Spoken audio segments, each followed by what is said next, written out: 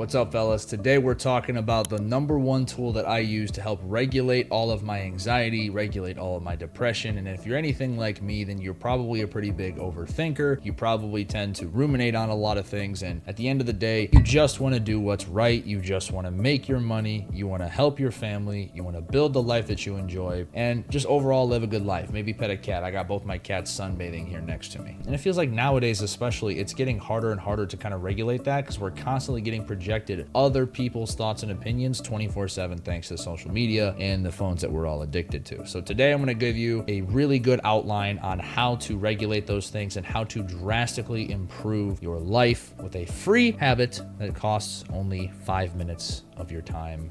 Maybe. And if you don't know if I'm worth listening to, my name's Noah. I've lost 110 pounds. I've kept it off for over 4 years. I've helped people lose weight professionally for the last 4 years. And since then, I've been mentoring people on how to love themselves, how to overcome burnout, lose the weight, keep it off, build muscle, and actually live a life of enjoyment. I've been in one relationship my entire life with the same girl for 6 years. We did long distance for the first year. And I feel a little bit weird talking about this one, but I am in the top 1% of net worth financially for my age bracket. I'm 23. If you want to regulate your emotions, become a better man, lose more weight, build more muscle, make more money, and overall just have more control over your life, then that's what this video is for. Also, thank you so much to the 26,000 new people that are now part of the Big Fella family. Over the last 3 days, we have gained 26,000 followers on a new TikTok account called Building the Big Fella. You guys are absolutely insane. I love you all so much. Spreading love, sharing a lot of wisdom on that account. If you want daily reminders of, just basic wisdom and maxims of life, go check that out. And if you're coming from there to here, welcome. I love you. Let's get started. What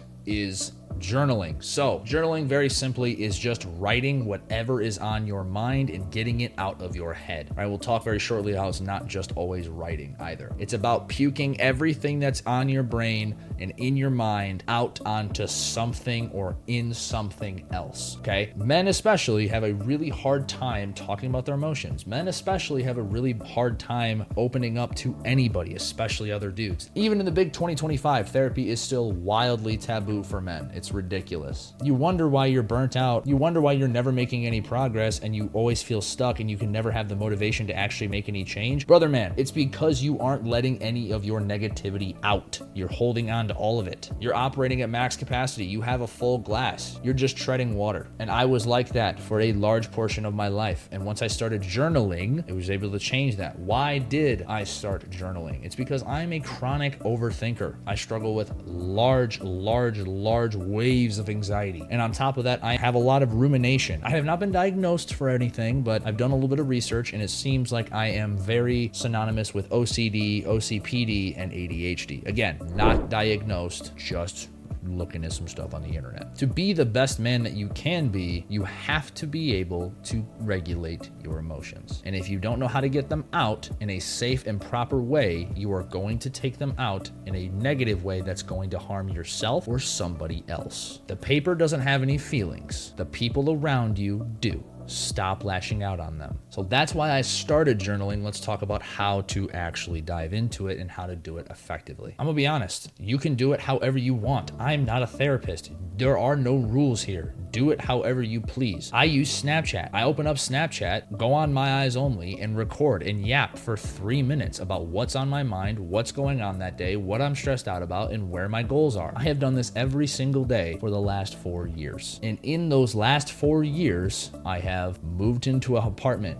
by the beach, adopted a cat, been with the same girl the entire time, overcome some of the hardest family life drama in my entire life, made the more money than I ever have in my entire life, and built more muscle than I ever have in my entire life. That is not a coincidence. Journaling helped me do that. You can do video journals like me. You can do audio journals using the voice memo app on your phone, or you could go OG and do a physical journal. OG, pen and paper, baby. It doesn't matter. The bottom line, the one that you need to choose is the one that you are actually going to do. The right one for you is the one that's going to stick. You don't have to do it every single day. It's probably a good habit to do so, but having it close at your bedside, there if you need it, is the most important piece. Lower the barrier to entry. You can do it all by yourself. You don't have to have anybody around you. You probably shouldn't. This is for you to truly let loose and actually have a dialogue with yourself. Talking to yourself gets a weird bad rap. It's good for you to talk things out through yourself. It makes you a better problem solver. It makes you wiser and allows you to understand yourself a hell of a lot better. So if you're struggling with gym anxiety or you're struggling with not loving the way your body looks, you can actually talk about that with yourself and come up with a plan. There's actually a law in philosophy that goes over this exact issue. It's called Kidlin's law, and it says a problem written is a problem halved. Now, Snapchat video, audio, voice memo, all of it, writing it down counts the same way. If you can get these negative thoughts out into the open and put them somewhere else that isn't your brain, it makes them feel real. It makes them feel tangible. We are men. We are monkey-brained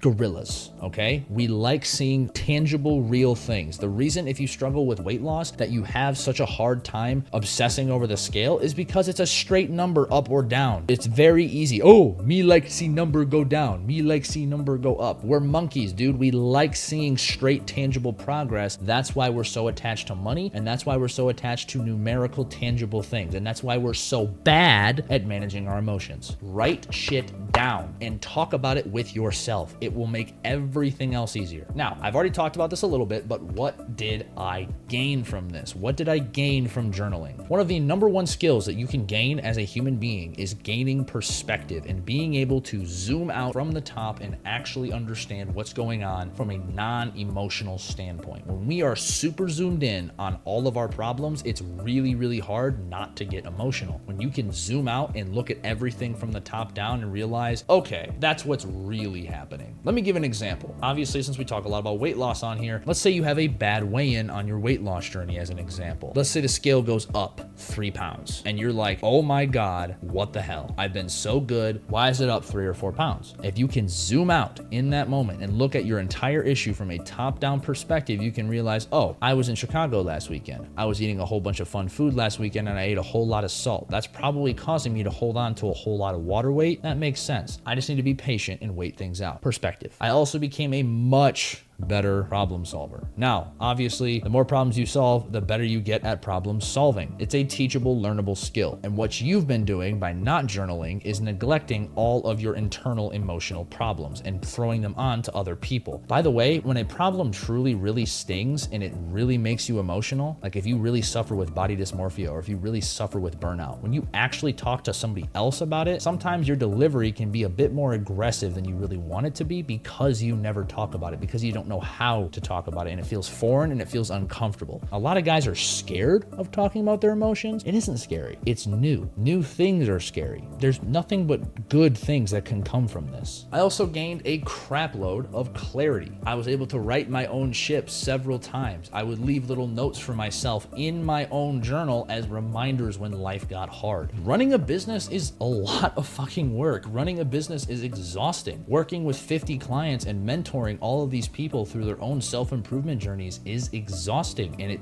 takes a toll on me. And there's good months and there's bad months and there's everything else in between. So leaving yourself reminders from the person that you can trust most is massive. And then obviously the last one is I progressed a hell of a lot faster, as we spoke about. I made more money. I built more muscle. I made more friends. I deepened my relationship with my girlfriend. All things that I cared about, all things that I wanted to do. And by measuring that progress, by having a consistent journal. Dude, I started this journal in 2021. It's 2025. I have 4 years worth of journaling to go back on and look back at all of the progressions I made. I can go back to some random day in 2022 and watch a video and see what I was thinking, see what I was feeling, and see how much progress I've truly made. When you can journal, you can go back to your old journals. It's like a time capsule for yourself. It is absolutely insane being able to look and feel and transport back to the exact time where you're looking and feeling about certain problems that you don't even think about anymore. An additional habit that I formed on top of just basic standard journaling is I do gratitude journaling. I write 3 things I'm grateful for, 3 things in my control, and 3 things out of my control every single day. Every morning, I keep the notebook right next to my computer. When you are journaling, keep the barrier to entry very low. Keep it somewhere where you know you're gonna be. By your nightstand, at your desk, near the coffee maker, something like that. I keep this by my desk desk every single day so I never miss it. I can go back to early 2021 and see where my head was at and what I was thinking about. And boy, oh boy, was I an idiot. But that's the best part. It's a great way to outline how much you've actually grown. We spend so much time comparing ourselves to other people when in reality, the only competition that we're actually a part of is competing against ourselves. My cat is dead asleep in the middle of the kitchen floor, and it is the cutest thing that I've seen all day. Anyway, that's everything I have today about how to start your journaling journey. Again, thank you so much for all the love and support. Subscribe if you are new here, like the video, and if you have any questions about journaling, I am so serious that this will actually change your life if you commit to this habit. It's free, it takes 3 minutes a day, and it will allow you to be a better man, make more progress, gain more clarity, and have more control over your life. Who doesn't want that? Keep it simple, big fella.